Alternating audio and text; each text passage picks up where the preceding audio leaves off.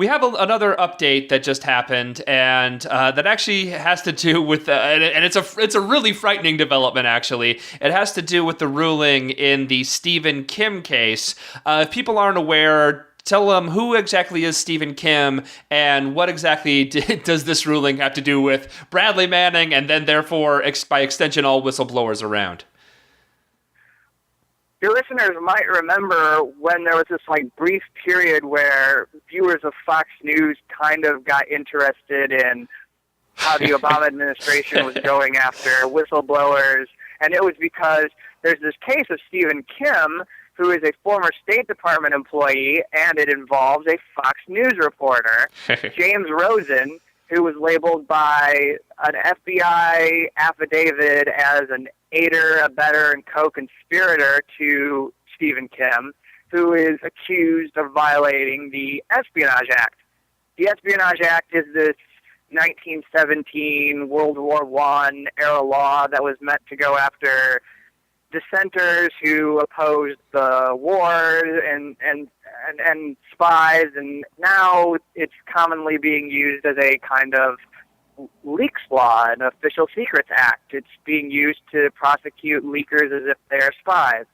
And there's a ruling now in the case of Kim that takes the law a step further than previously. It had been the case in, there's a case with Samuel T. Morrison, and in that case, I won't go into details, but it was a leaks case, and he leaked something about, I think, the location of a gunship related to the Soviet Union. This was a Cold War era case.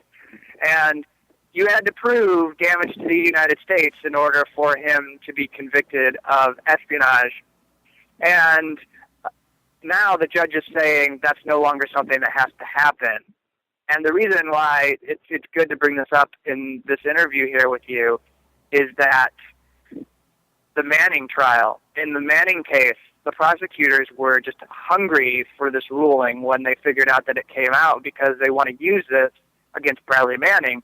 And constantly, as we just talked, they want to say Bradley Manning hasn't caused any damage. That's what his defense has been saying. Well, now, in order to prove the Espionage Act charges, it's the hope of the prosecutors that the judge could say, oh, I don't even have to find damage to prosecute Manning and convict him of the Espionage Act charges. I have this case in the Stephen Kim case that I can reference and then give Manning a conviction for those charges.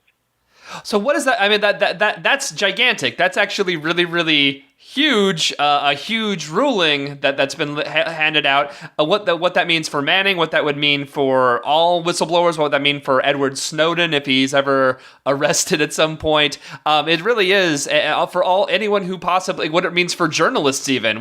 This is actually a gigantic step that this judge has made. It's huge, and people should really, I'm going to be digging into it this afternoon, so I haven't written anything, but I plan to do so, and my summation of it, my quick reaction is that the Justice Department has really transformed the Espionage Act into a leaks law, into an official secrets act. They have an official secrets act in the United Kingdom, so if you release classified information, you have the potential, especially if it's national security or intelligence information, to be prosecuted. That actually isn't the case here, though a lot of people would say it's illegal to publish classified information. It's actually not true. You have an absolute right to publish under the First Amendment, so long as you're not publishing troop movements or nuclear secrets on how to fire off warheads of the United States. But for the most part, there really aren't any limitations. If you have the information, even if it was leaked to you, you can publish it under the First Amendment, freedom of the press. But the Justice Department wants this law, and rather than go to Congress and get them to pass a anti-leaks law, they're using an old weapon and adapting it to go after people, and they're transforming the Espionage Act into a law that it was never intended to be. So, crucially, as we're talking about this, we even have James Risen, the New York Times reporter, who is being forced to give up his source, Jeffrey Sterling, the CIA officer who he talked to for his book State of War, and he could potentially go to jail because he doesn't want to give up his source, and he talk about what his source told him. And so it's a very real thing here, this moment that we're in. I feel like Bradley Manning trial is like kind of a part of this nexus that continues to be, I don't know, fluctuating or moving constantly, because everything is on a daily basis. We're seeing these developments around the Justice Department really going after these people aggressively. And there was a previous story in the New York Times recently where we found out that the former director of national intelligence, Dennis Blair, had actually come up with this policy in the Obama administration to pursue leakers aggressively. He looked at the statistics for prosecutions, and he wondered why nobody had been prosecuted of the hundreds of cases that had been started. And there were 14 suspects that had been named out of like over 300 cases. And those 14 suspects, none of them had been prosecuted. And he basically said, we're going to make an example out of somebody. And we've seen that with Obama having a record number of prosecutions under the Espionage Act, more than all previous presidents combined, 2 times actually now. I think now it's 2 times. And so it's very significant, this ruling, and the implications that it could have, because you see the court system becoming more and more and more deferential to the government when it comes to national security secrets.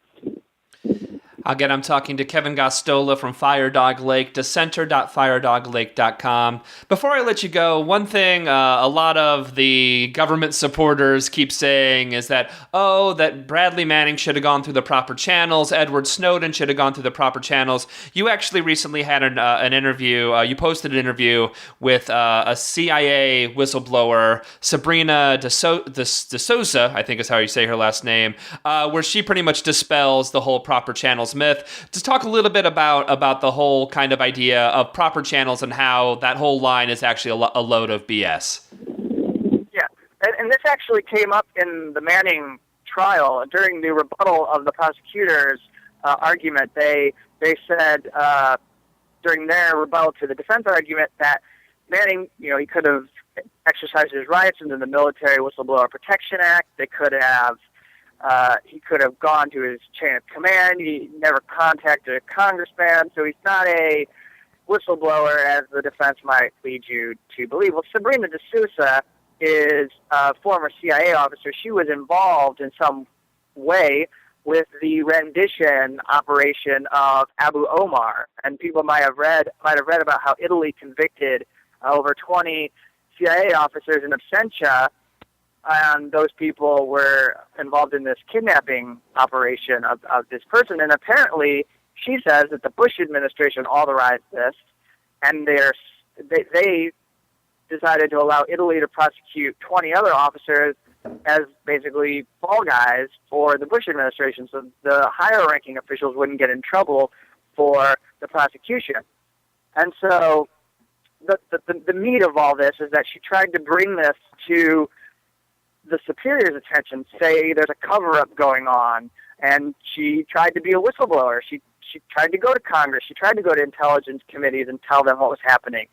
And finally, she says, I'm done with all this. My career's been trashed. I've been blacklisted. I can't have a security clearance anymore. I can't work in Washington anymore because people know me as a person who's challenging this rendition operation. And she just went to Jonathan Landy at McClatchy newspapers, and Jonathan Landy's a great reporter. He's one of the few reporters who got the Iraq War correct and did good reporting on that. And to his credit, he publishes this interview with her speaking out for the first time. And this is where she is. She went through the proper channels, and she got nowhere. And so when people look at Snowden and when people look at Manning and they make all of these conclusions about how they're not whistleblowers because they didn't go through proper channels, you should just know that they don't work. There aren't any channels. The channels, in order to work, have to have people there at the channel that are willing to listen to you when you go through that channel. But if those overseers are actually working against you, the people who come through those channels, if they're actually working on behalf of the government, then they're really more like roadblocks. You really more like a set of dead ends of people who tell you to go somewhere else. And so with Snowden, everyone's like, he fled the country. Everyone's like, Manning, he just dumped information and he gave it to WikiLeaks. That's a very simplistic way of ignoring the larger reality, which is that our government hasn't made it possible for you to be a national security whistleblower. They just do not want there to be national security whistleblowers.